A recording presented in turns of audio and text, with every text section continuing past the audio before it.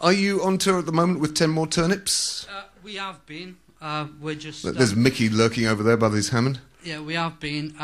We're just off the road for a little sojourn at the moment. We'll be back at the end of this month. So, is this around the UK? Are you going abroad? Can people in Europe see you?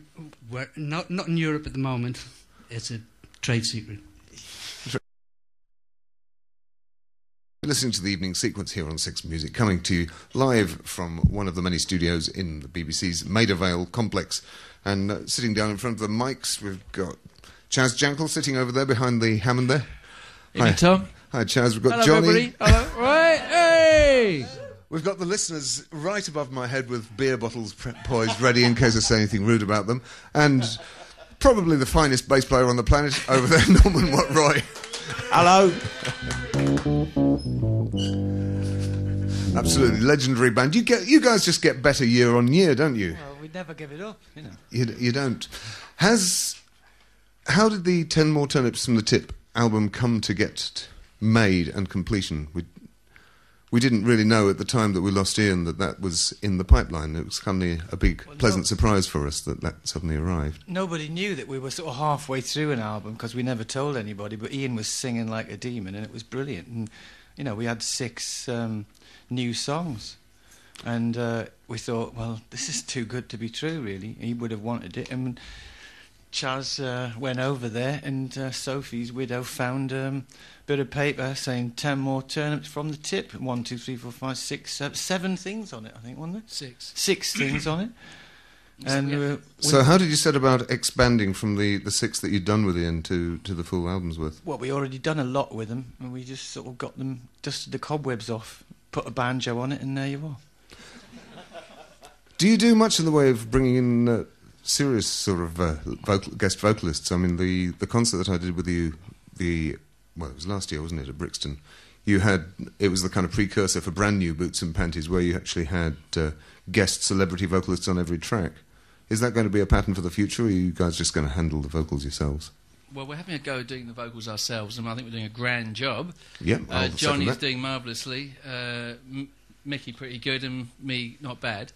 But no, we'd like to work with other, great vocalists. That's, we'd love to do that. Okay, so, I mean, is there a possibility the whole band would become a kind of gigantic Sly and Robbie setup, where you'd be sort of on the Grace Jones album one week, and then you'd be on... Well, possibly. That sounds like your plan for it. Yeah. Well, I've been thinking about it. It seems a shame to have this sort of completely cooking rhythm section and band and not be actually out there sharing it around with people like me.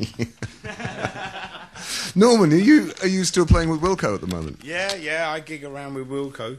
Anybody else? And the Blockheads, yeah. We've been doing quite a lot. We've done, how many gigs have we done? About 20 since Ian died now. And it's just got, from strength to strength they've gone, Some up north, we haven't had any singers turn up.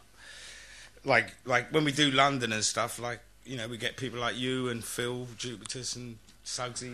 Well, Suggsy, is Suggsy here yet? Because last year we heard he was actually in the 6Music taxi halfway across London, stuck in traffic jams, but he's made it, has he? Suggsy is in the building. Suggsy is in the house. We're going to be hearing from him later on in the house. And we'll hear more from you later on in the house, too. Right. The studio's just about cleared out, but Mickey is stuck around together with right-hand man Lee here. Mickey, I was going to ask you, is there any place that our listeners, many of whom are listening to this programme actually via the World Wide Web, can find what you're up to, where your gigs are, what the releases are, back catalogue, lyrics? You can indeed, on www.theblockheads.com. It's up and running, has been for the last 7 months, doing really well. Visit us there.